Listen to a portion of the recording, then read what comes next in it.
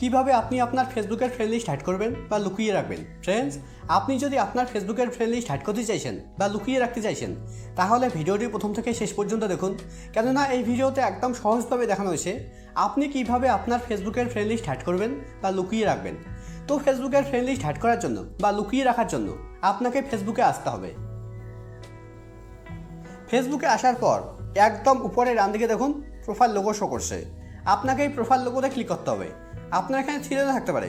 যদি আপনার এখানে 3 লাইন থাকে তাহলে আপনি 3 লাইনে ক্লিক করবেন। এবার এখানে আপনাকে স্ক্রল ডাউন করে নিচে আসতে হবে।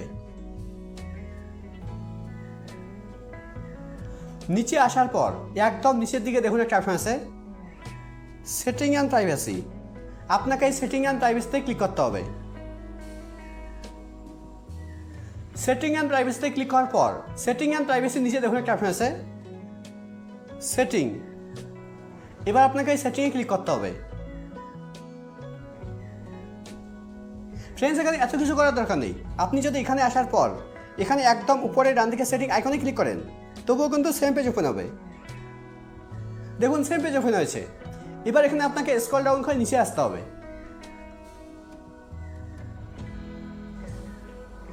এখানে আপনাকে খুঁজতে হবে audience and visibility.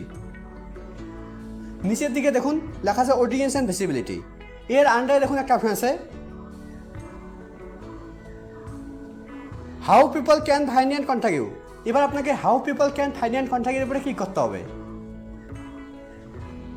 How people can find and কন্ট্যাক্টের উপরে ক্লিক করার পর এবার এখানে সেকেন্ড অপশনটা দেখুন লেখা আছে who can see your friend list. এটা দেখুন পাবলিক করা আছে। এটা আপনাকে অনলিমি করতে হবে। দেখুন এটা অনলিমি হয়ে গেছে, মানে আমার ফেসবুকের ফ্রেন্ড লিস্ট হাইড হয়ে গেছে।